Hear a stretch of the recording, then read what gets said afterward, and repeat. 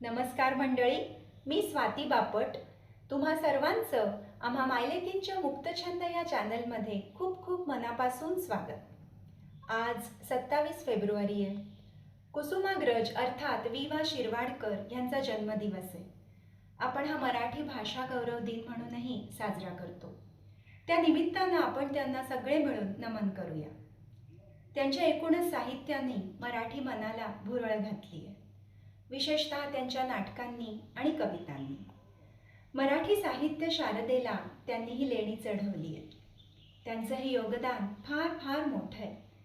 या ज्ञानपीठ पुरस्कार विजेत्या प्रतिभावंताला वाहिलेली ही माझी छोटीशी शब्दांजली. कुसुमाग्रज म्हटलं की त्यांच्या खूप कविता झरझर झरझर डोळ्यासमोर येतात. कणा आठवते? मोडून पडला संसार तरी मोडला नाही कणा, पाठीवरती हात ठेवून फक्त लढ म्हणा. अशा नेमक्या शब्दांनी हिम्मत देणारी ही कविता. त्यांचं खरं नाव गजानन रंगनाथ शिरवाडकर आणि त्याचं झालं असं की ते त्यांच्या एका घरी दत्तक म्हणून गेले आणि मग त्यांचं नाव पडलं विष्णू वामन शिरवाडकर. वि. स. खांडेकर हे स्वतः ज्ञानपीठ पुरस्कार विजेते होते. त्यांनी कुसुमाग्रजांचा विशाखा हा पहिला काव्यसंग्रह स्वतःच्या खर्चाने प्रकाशित केला. हा खरं तर निव्वळ योगायोग नाही. या संग्रहातल्या स्वप्नांची समाप्ती ही कविता आठवतीये का? काढ सखे गळ्यातील तुझे चांदण्याचे हात, क्षितिजांच्या पलीकडे उभे दिवसाचे दूत. असं म्हणत कर्तव्यनिष्ठेला जागणाऱ्या आणि मोहमायेला दूर सारणाऱ्या युवकाचं एक हृदय चित्रण त्यांनी तितक्याच कोमल शब्दात इथं केलं आहे. पृथ्वीचं प्रेमगीत ही कविता कोण विसरेल? युगा मागुनी चालली रे युगेही, करावी किती भास्करा वंचना. किती काळ कक्षेत धावू तुझ्या मी, कितीदा करू प्रीतीची याचना.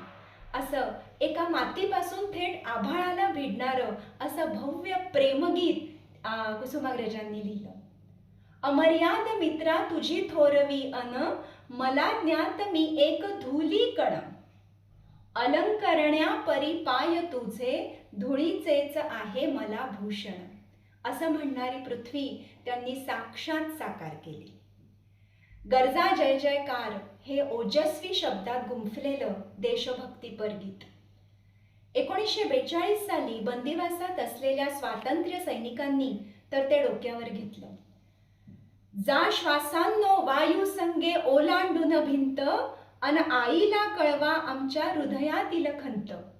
सांगा वेडी मुली तिची ही या अंधारात, बद्धकरांनी करती तिजला अखेरचा प्रणिपात. असे म्हणणारे हळुवार पण ध्येयनिष्ठ असे कुसुमाग्रज यातून दिसले.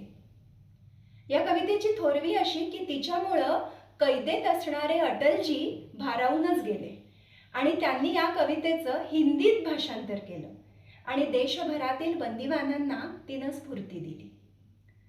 त्यांच्या रूपकात्मक कवितेतूनही त्यांनी शोषक आणि शोषित यांच्यातील संघर्ष रेखाटला. नको ग आक्रंदते जमीन, पायाशी लोळत विनवी नमून. धावसी मजेत वेगात वरून, आणिक खाली मी चालले चुरून. ह्या आगगाडी आणि जमीन मधल्या ओळी आहेत. पुढे मस्तीत धावणारी आगगाडी जमिनीच्या एका हुंकाराने जमीनदोस्त होते अशी विजयगाथा त्यांनी काव्यमयतेने गुंफली. कोलंबसाचे गर्वगीत ही त्यांची आणखी एक गाजलेली कविता. अशाच अफाट आणि अमर्याद अशा महत्वाकांक्षेला अधोरेखित करणारी.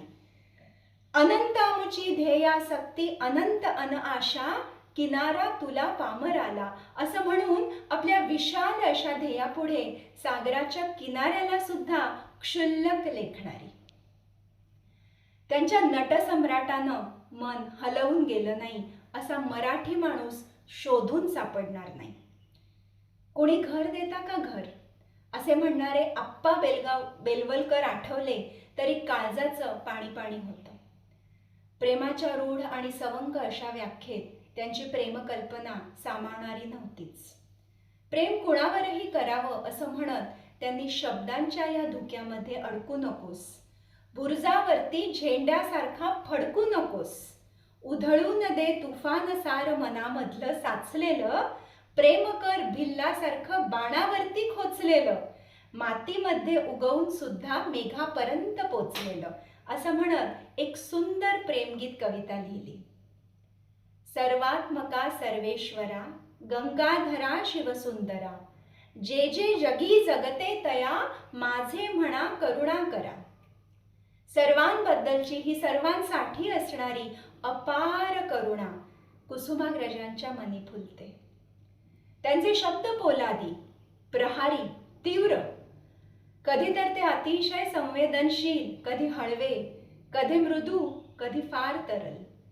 दोनही तितक्या सहजतेने अवतरणारे. अफाट प्रतिभा, प्रचंड शब्द प्रभुत्व आणि असा हा थोर प्रतिभावंत मराठी साहित्यातील एक अढळ तारा.